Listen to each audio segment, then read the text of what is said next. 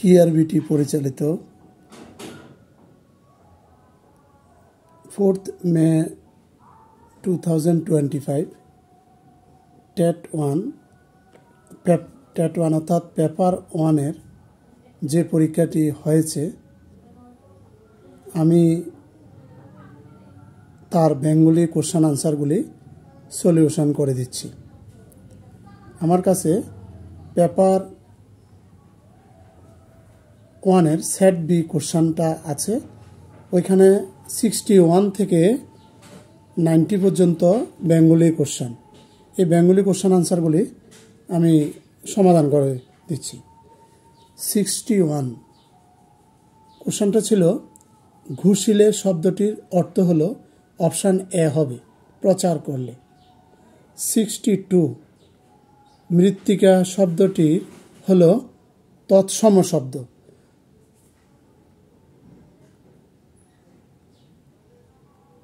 তারপর 63 এখানে কোশ্চেনটা নিয়ে একটু কনফিউশন আছে আমার কাছে একটু, এটা হয়তোবা এ সি হতে পারে, এ অথবা সি হতে পারে, যে কোনো একটা হতে পারে।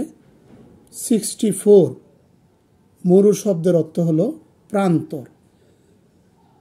65 সাগর উর্মি, এর সঠিক ব্যাসবাক্য হবে অপশান বি, সাগরের উর্মি। 66 কোশ্চেন, যেখানে কোনো পদের সঙ্গে ক্রিয়ার সম্বন্ধ থাকে না তাকে কারক বলা যায় না। আসলে ক্রিয়ার সঙ্গে যদি অন্যান্য পদের সম্বন্ধ থাকে তাকে কারক বলা হয়, যেহেতু বলছে ক্রিয়া পদের সঙ্গে সম্বন্ধ থাকে না তাকে কারক বলা যায় না, অর্থাৎ কথাটি সঠিক, অপশান এ হবে। 67 যে সমাসের পূর্বপদে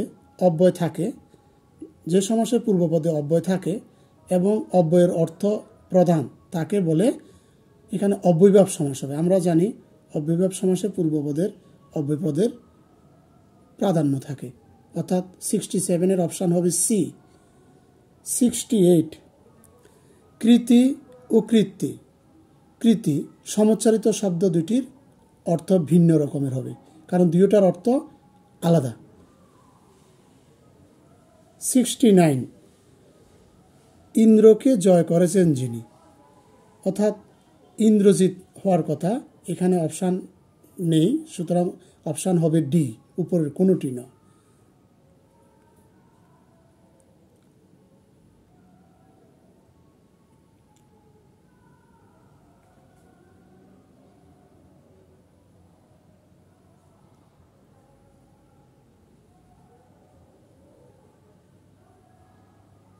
বলছি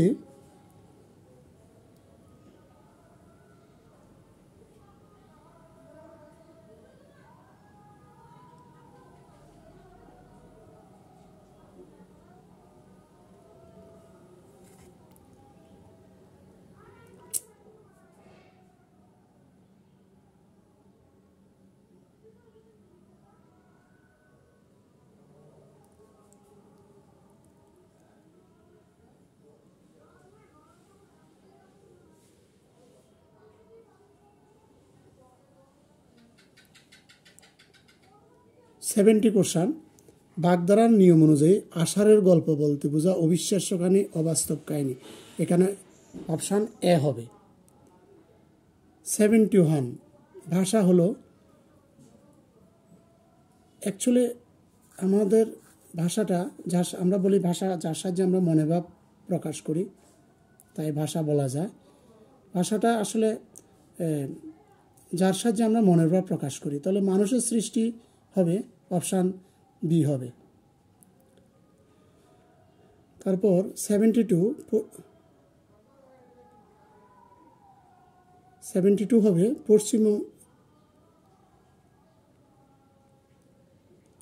পশ্চিমবঙ্গের বাংলা একাডেমির বানানবিধি অনুসারে অতৎসম স্ত্রীবাচক শব্দে ব্যবহৃত হবে, অপশান এ হবে, হ্রস্বইকার।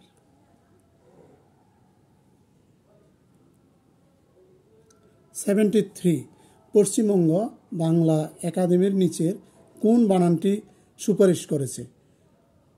আগে আমরা শ্রেণী বানানে মূর্ধন্য দীর্ঘিকার লিখতাম, এখন শ্রেণী বানানে তালব্য স্বরফলাকার মূর্ধন্য ন রস্যিকার লিখলে ওইটাও সঠিক। তাহলে পশ্চিমবঙ্গ বাংলা একাডেমি নিচের অপশান বি শ্রেণী বানানটি সঠিক বলে মনে করে।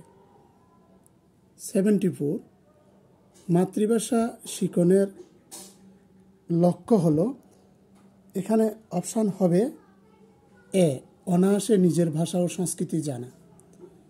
75 ভাষা শিক্ষণের জন্য প্রাথমিক প্রণালী হলো, অপশান বি হবে সরব পাঠ। 76 ২০ বৃক্ষ উপন্যাসটি হলো একটা সামাজিক উপন্যাস। 77 মাইকেল মধুসূদন দত্তের বীরঙ্গনা কাব্য উৎসর্গ করেন, অপশান সি হবে ঈশ্বরচন্দ্র বিদ্যাসাগরকে। রবিবার ছোট গল্পের রচয়িতা হলেন, অপশান সি হবে রবীন্দ্রনাথ ঠাকুর। 78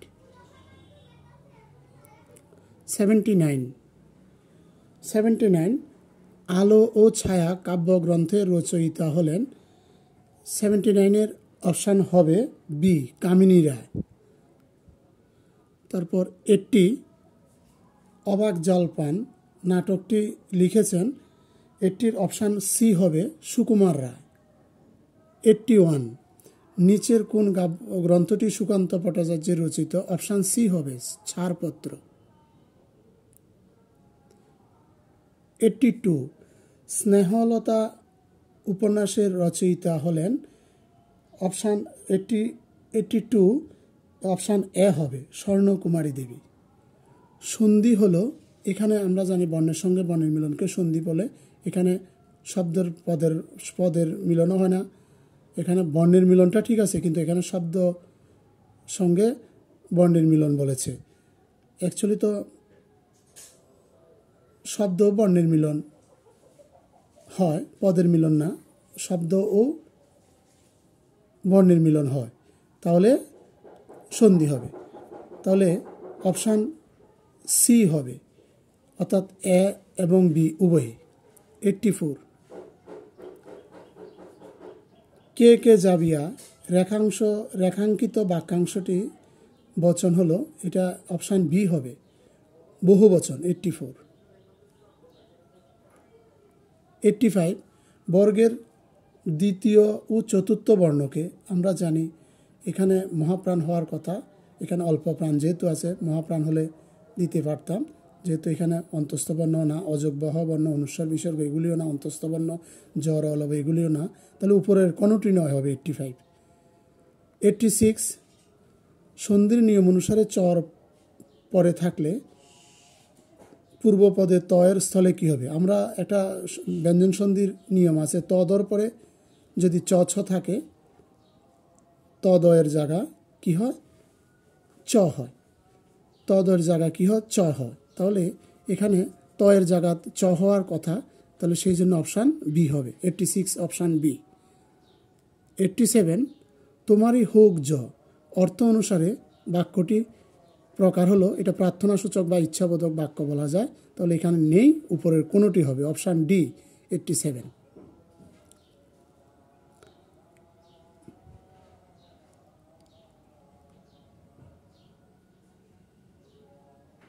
88 সরল বাক্যে একাধিক অসমাপিকা ক্রিয়াপদ থাকতে পারে।